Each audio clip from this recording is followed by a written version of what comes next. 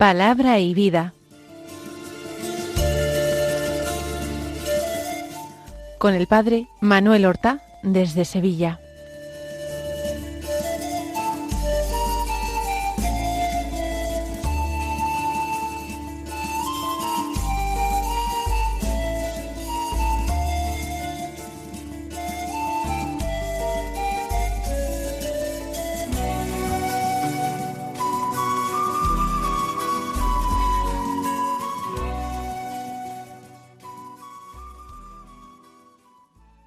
En el nombre del Padre, y del Hijo, y del Espíritu Santo.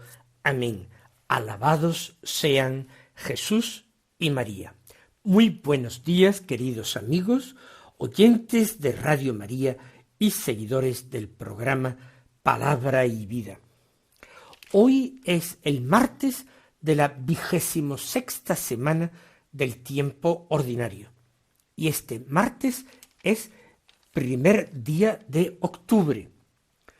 Octubre es llamado el mes del Rosario, porque el próximo lunes, día 7, será precisamente la memoria de la bienaventurada Virgen María del Rosario. Debemos hacer ese propósito santo para este otro mes tan mariano como el de mayo, de rezar el Rosario cada día. Pero este mes hay también importantes fiestas de la Santísima Virgen María, por ejemplo, la fiesta de la Virgen del Pilar, el día 12 de octubre. Y luego santos tan importantes como hoy que celebramos a Santa Teresa del Niño Jesús, como el día 4 que celebramos a San Francisco de Asís, el día 8 a Santa Faustina Kowalska, el día 11, Santa María Soledad Torres Acosta, o San Juan XXIII. Luego celebramos a Santa Margarita María de Alacoque, el 16, y el día anterior, Santa Teresa de Jesús, nuestra gran doctora de la Iglesia, y el 18, San Lucas el Evangelista. Y no será el único personaje del Antiguo Testamento. Los apóstoles, San Simón y San Judas Tadeo, a quienes tantos le tienen devoción, pues se celebra el día 28. Por tanto, octubre también un mes santo. Pero nosotros vamos a ceñirnos a la fiesta de hoy, la de Santa Teresa del Niño Jesús. Nuestra santa, nuestra pequeña santa, nació en Alençon, en Francia, en Normandía, al norte.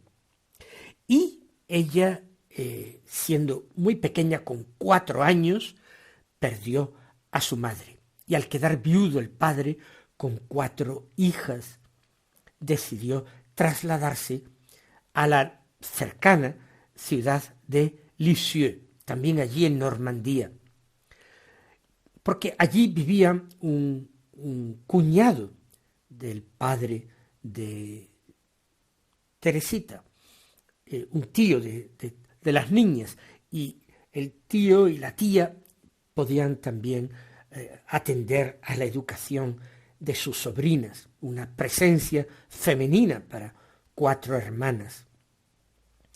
Estando en Lisieux, la segunda hermana de Teresa entró en el Carmelo, y más tarde, algunos años más tarde, su hermana mayor.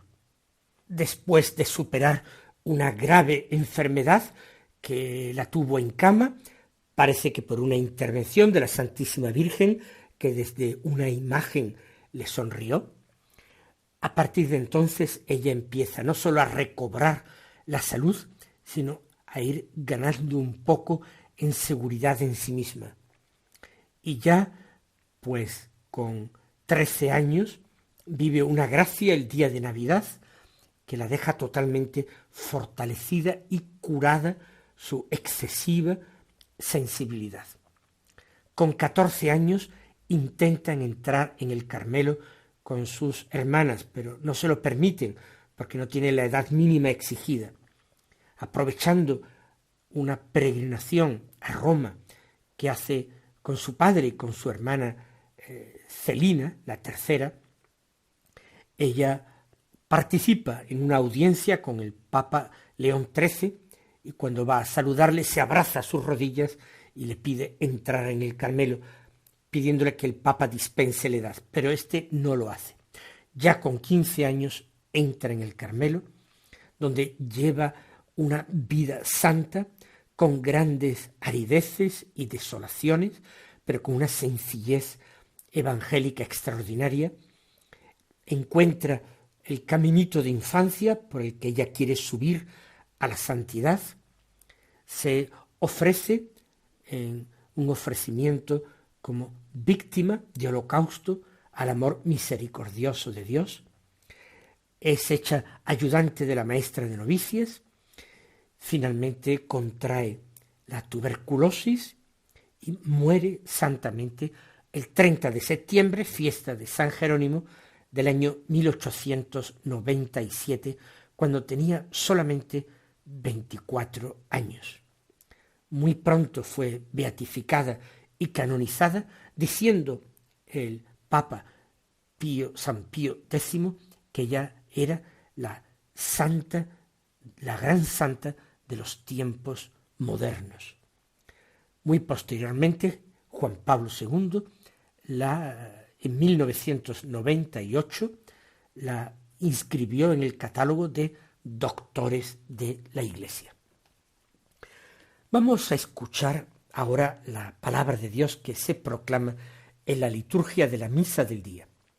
Ayer comenzamos con otro libro sapiencial que nos iba a acompañar esta semana, como es el libro de Job. Ayer leíamos un fragmento del capítulo 1 y hoy pasamos al capítulo 3, del que escucharemos los versículos 1 al 3, 11 al 17 y 20 al 23, que dicen así: Job abrió la boca y maldijo su día, diciendo: muera el día en que nací y la noche que anunció, se ha concebido un varón. ¿Por qué al salir del vientre no morí, o perecí al salir de las entrañas? ¿Por qué me recibió un regazo y unos pechos me dieron de mamar? Ahora descansaría tranquilo, ahora dormiría descansado con los reyes y consejeros de la tierra, que se hacen levantar mausoleos, con los nobles que amontonan oro, que acumulan plata en sus palacios. Como aborto enterrado no existiría, igual que criatura que no llega a ver la luz. Allí acaba el ajetreo de los malvados, allí reposan los que están desfallecidos. ¿Por qué se da luz a un desgraciado y vida a los que viven amargados, que ansían la muerte, que no llega, y la buscan más escondida que un tesoro, que gozarían al contemplar el túmulo, se alegrarían al encontrar la tumba, al hombre que no encuentra camino porque Dios le cerró la salida? Si hiciéramos una lectura continuada sin saltarnos capítulos y versículos, nos sería más fácil comprender esto. Ayer nos enterábamos de cómo Job había sido privado de todos sus bienes, había perdido sus riquezas, había perdido sus rebaños, había perdido a sus siervos y criados que habían muerto víctimas de los asaltantes o víctimas de un rayo que cayó, y lo que es peor, había perdido a sus hijos. El texto de ayer no lo decía, porque tampoco empezaba por el versículo 1, pero Job tenía 7 hijos varones y 3 hijas. Todos ellos murieron repentinamente al derrumbarse la casa en que se encontraban celebrando un banquete por el viento del desierto.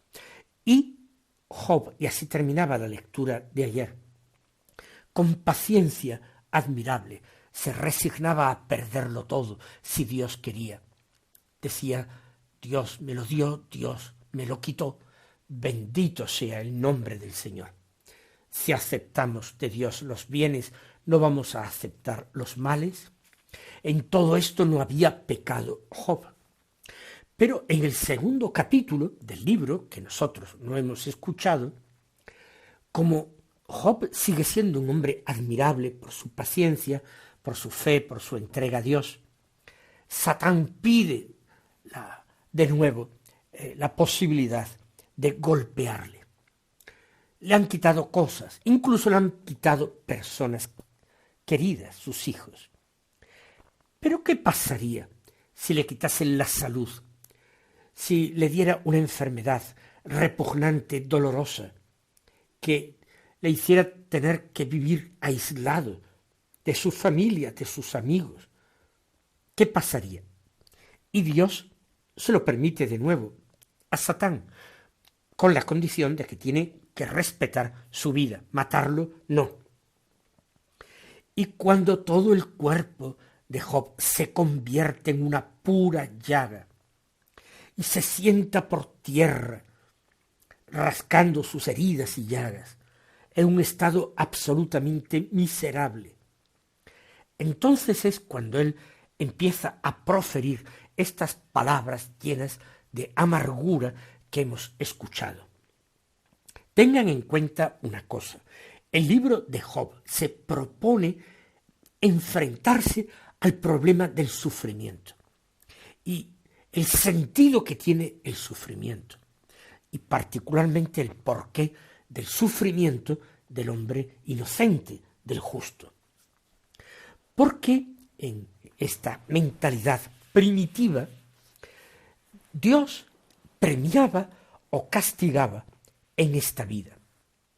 Por tanto, la larga vida, los hijos, las riquezas, la salud, los éxitos humanos eran recompensa de Dios para el justo. Y todo lo contrario, las enfermedades, la vida corta, la esterilidad, la carencia de hijos, todo eso eran como castigos divinos.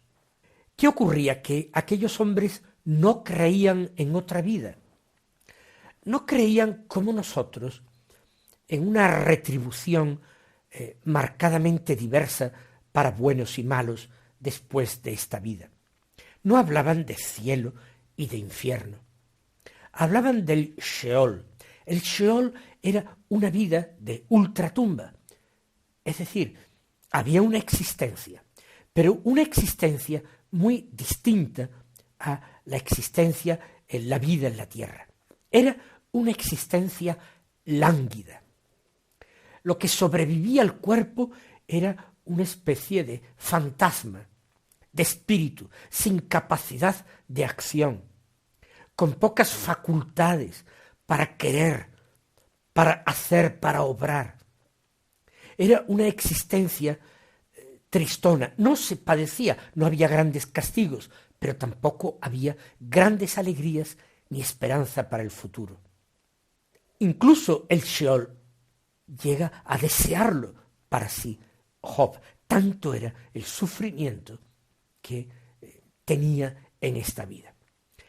Ante esa perspectiva de esa existencia vaga, lánguida, evidentemente había que aprovechar la vida, y la vida larga y la vida saludable y los hijos y las riquezas eran premios de Dios.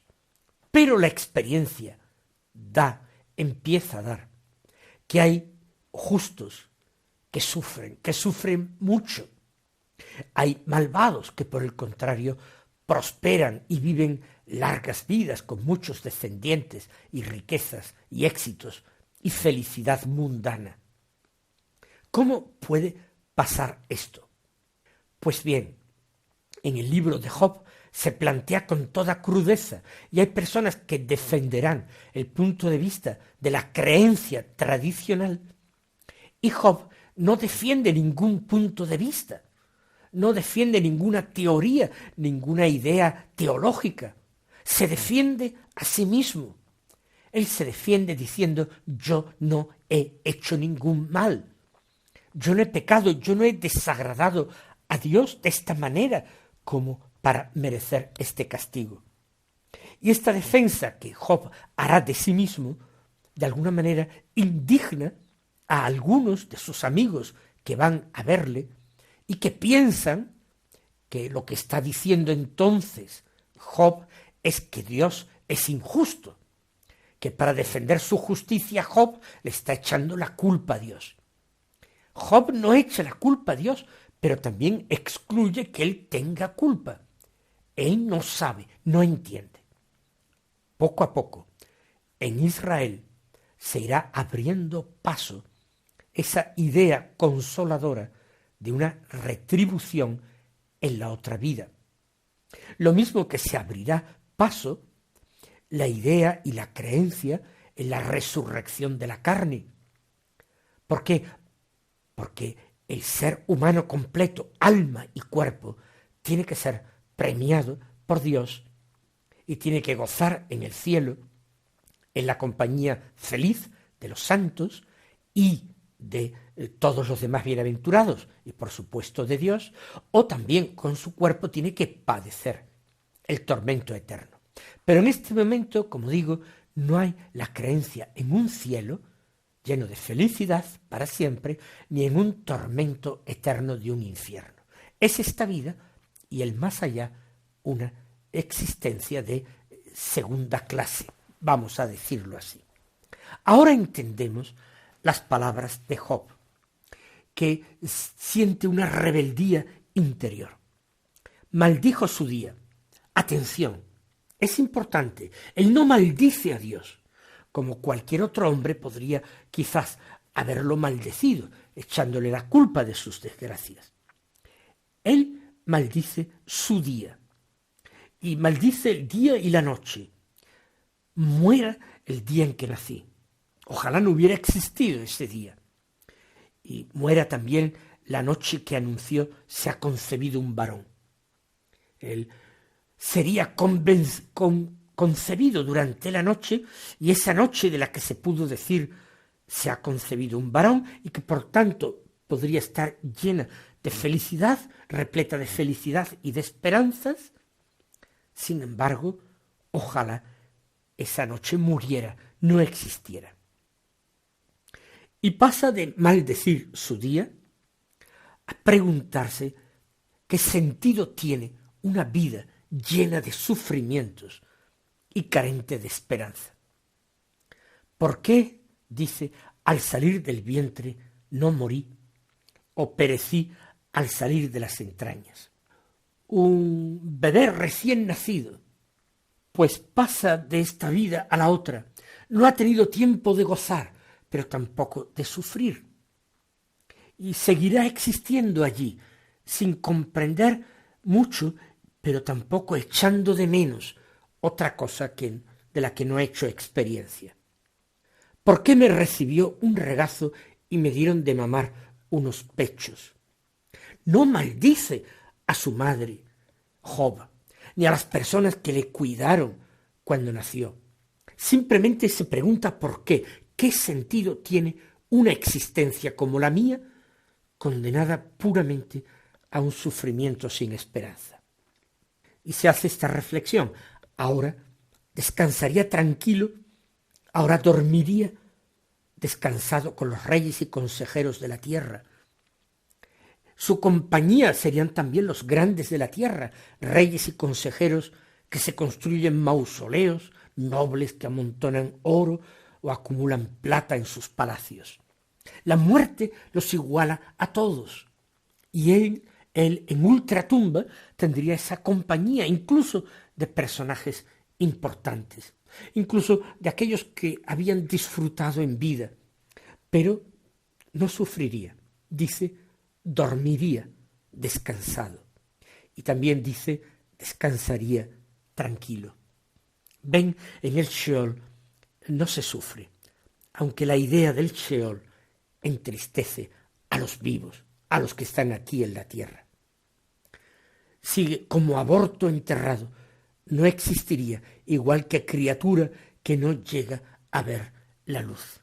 Un aborto que se entierra, una criatura, por tanto, que no llega a ver la luz.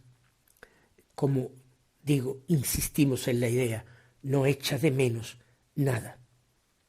Allí, en la muerte, en la tumba, en el Sheol, acaba el ajetreo de los malvados. Allí reposan los que están desfallecidos. Porque en la vida hay malvados, y los malvados causan inquietudes y penas y sufrimientos a los justos. Por tanto, incluso la vida de los justos, dice Job, no está totalmente exento de sufrimientos o de penas. Evidentemente, no tantos como la suya, no tanto sufrimiento como su vida. Pero con la muerte se acabó la preocupación por los malvados, su ajetreo. Y los que están cansados, desfallecidos, allí descansan. Una vida larga es buena con salud, pero cuando empiezan a menguar las fuerzas, cuando se ve el hombre sumido en una gran debilidad y ya no disfruta de esta vida, entonces quizás pueda desear el descanso de la muerte. Pero ahora se pregunta Job, ¿por qué entonces se da luz a un desgraciado y vida a los que viven amargados? ¿Qué sentido tiene esa vida? Como ven ustedes, se queja, pero no da una respuesta.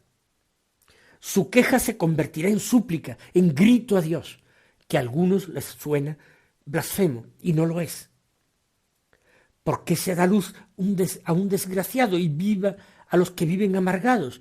¿Para qué traer a la existencia a quien no tiene más esperanza que el sufrimiento, que ansía la muerte que no llega y la busca más escondida que un tesoro, en ese estado de enfermedad, en todas esas llagas repugnantes, en sus dolores, en su vacío, en su pobreza absoluta?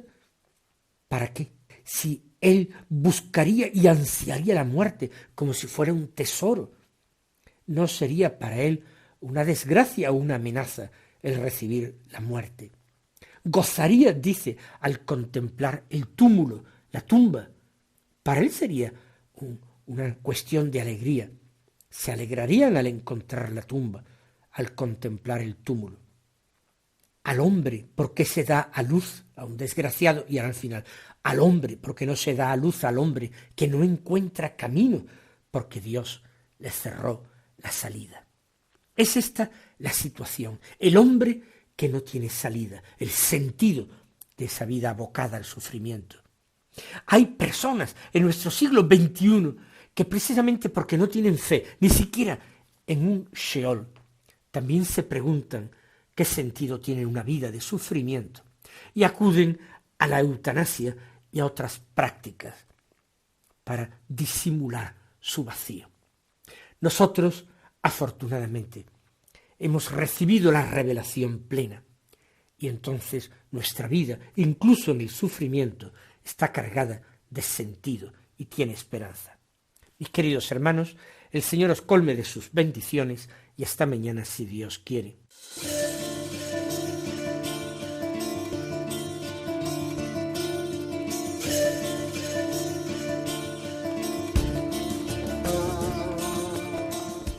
Han escuchado en Radio María Palabra y Vida,